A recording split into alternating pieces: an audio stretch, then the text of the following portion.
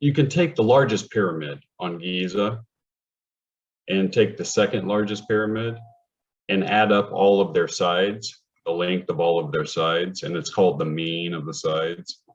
And you can subtract one from the other, and it leaves a very specific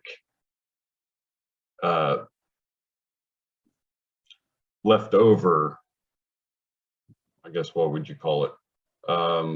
Decimal point. And that decimal point is 1.036. And most people don't know anything about that, but it's extremely important. 1.036 is also called the particle of Pythagoras. And it is the basis of all kinds of stuff.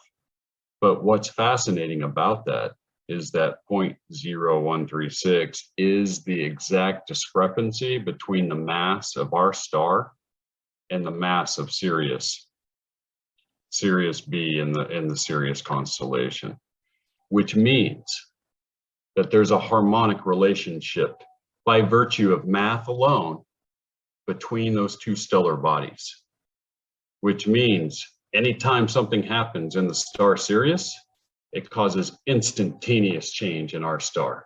And when it does, our star obviously affects biology on our planet, and it alters biology on this planet. And every year on July 23rd, there's a West African tribe called the Dogon who trace their lineage back to ancient Egypt. And they claim that on the 23rd of July, special signals come from Sirius and they interact with our star, and they do just that. It affects biology on this planet. What's important about that is that that cannot be something that's unique.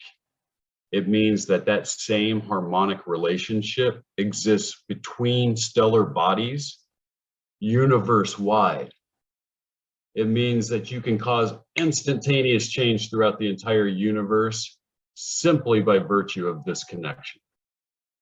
Basic from a philosophical viewpoint, I think it's extremely profound because I think you're getting a glimpse into the mind of God itself, you know, because that's the brain at work, and it's just two cells communicating between each other. And, you know, you could have like entire micro regions of space, really, that under a system like that becomes self-aware. Imagine that, because a star system that becomes that can do that eventually, it leads to so much order, and order leads to consciousness, and consciousness can be expanded. So you could even have areas of space that interact like they're its own God. You know what I mean? It's fascinating, the different theories that you can come up with, but really in the end it makes the universe like a giant music machine. You know, that's what it is. The universe runs on music. It's just crazy, but that's what it is. You know, they've detected a pulse at the center of our galaxy. They don't really know what's causing it, right?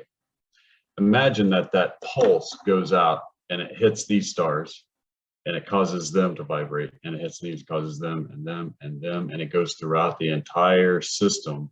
And as it does, it affects all of the planets that have life on them and their development. That's what I think the mechanisms of the stars are. Now, what's really cool is that we're made out of stardust. So the fact that stars can have this interaction between each other means that we too can have this relationship with matter around us.